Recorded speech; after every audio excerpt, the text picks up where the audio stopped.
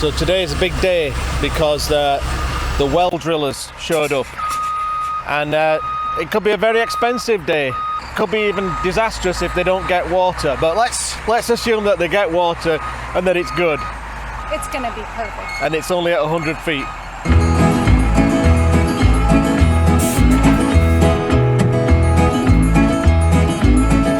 So I know that I come across as a bit clueless in these videos, but the truth is that I've actually done a few renovation and building projects before, and I've actually drilled a well before, and that was in 2010 that I drilled a well. So it's not my first time, but I'm pretty sure that the cost per foot is a lot more expensive than it was back in 2010.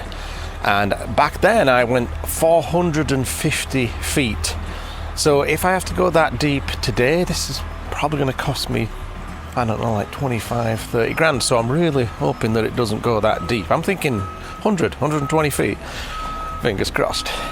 So you might be wondering how we decide where to drill the well. And Amanda's created a foolproof method to almost virtually guarantee good quality water and good water volume. So what do you do, love? Well, I'm gonna toss these crystals down.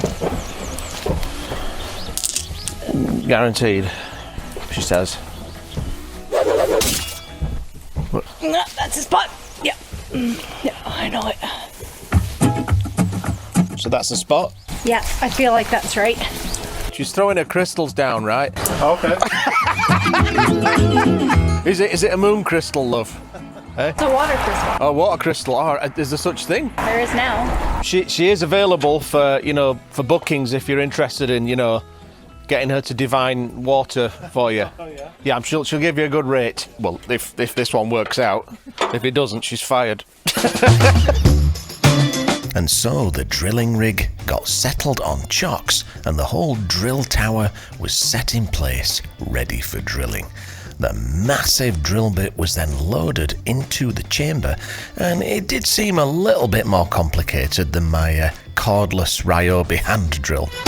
It was rather fascinating watching these guys work, because it was quite the procedure. And after about 20 minutes of preparation, they were ready to start drilling. And I've got to tell you, that noise was quite shocking. Once they'd got underway with the drilling, it was time for us to escape to the camper for a sandwich. The noise has kind of ruined my appetite because that sound right there, that was like $500, then another $500. Yeah, now we're up at $2,000. So every minute that I keep hearing that, it's another $1,000. Oh, and it might even be seawater that they dredge up. Might not even be drinkable. So I'm sure it'll be all right, though, won't it? Yeah, it will be, because the crystals are there. The crystals, yes. Yeah. Yes, the crystals. We must believe in the crystals. Oh my God, what have I done? After about an hour of torturous noise, we did hit water, and it was enough to make a pot of rice, but not enough to flush the toilet 6 times a day, and certainly not enough for Amanda's 20-minute showers. Honestly, I don't know what she does in there. What you got there? More crystals. Yeah, what you got?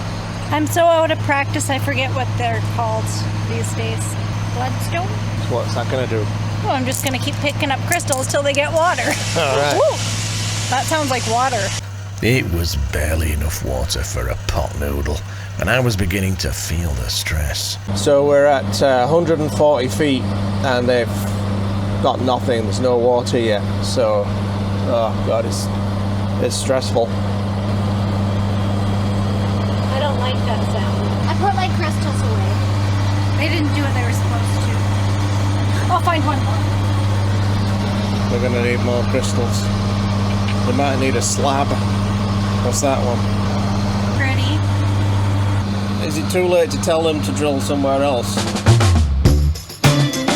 And then, like magic, the power of the crystals kicked in, and we had a veritable river of water pouring out of that well hole.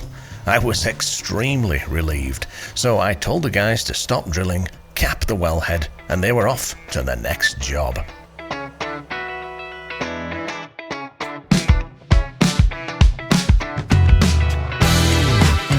A few days later, we enlisted the help of our friend David, who came in with his mini excavator to very carefully dig a trench from the foundation of the church to the wellhead.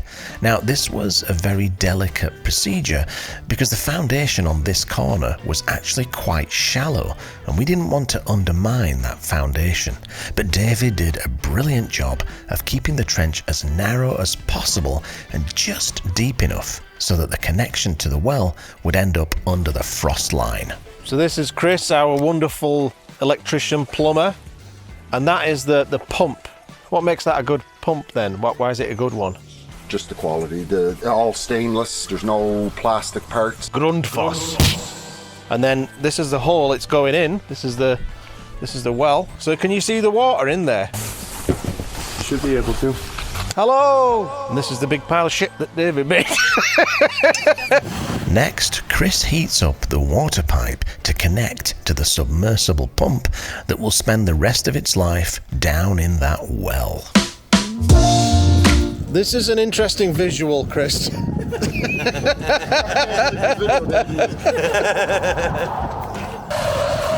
That's just a bit of heat shrink, eh? Yeah.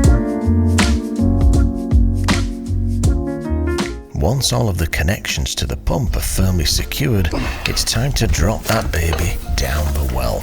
Okay, let her go.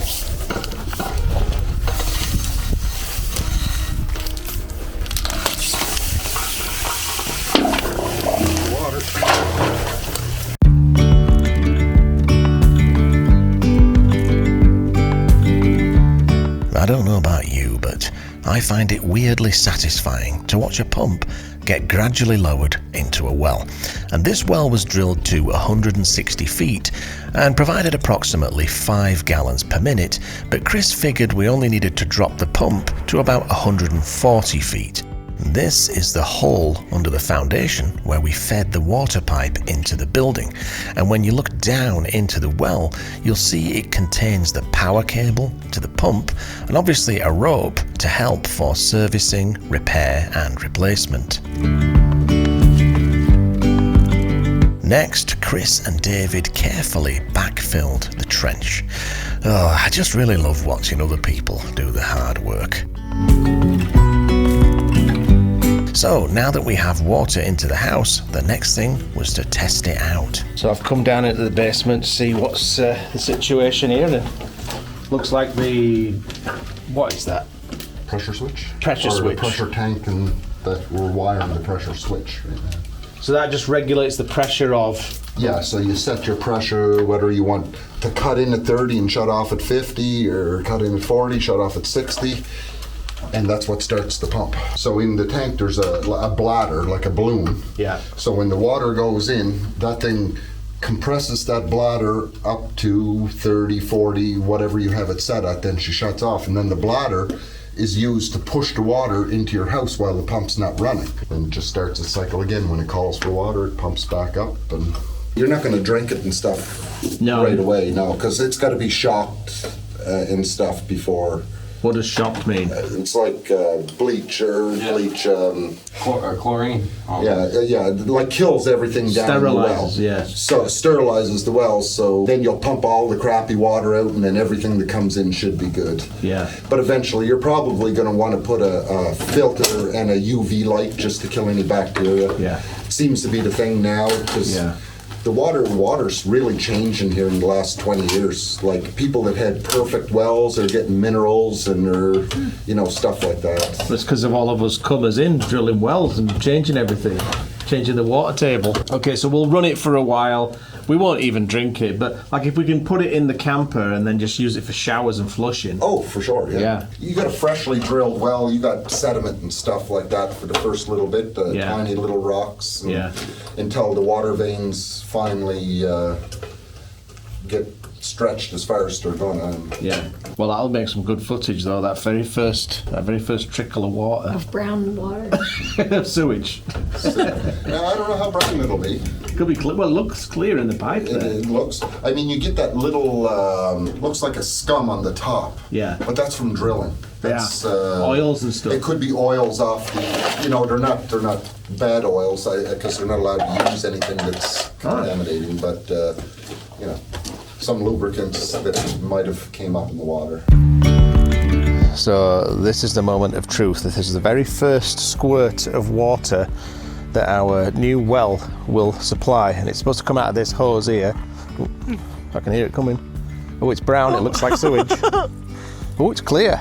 Oh, that's a bit better. It's being. How exciting is this? Whoa, look at that pressure. Ooh, look at this. Ooh, my first shower in 2 months. I've got to say, she's a bit ripe. Well, the progress may be painfully slow, but at least now we have the most basic need for human survival fulfilled.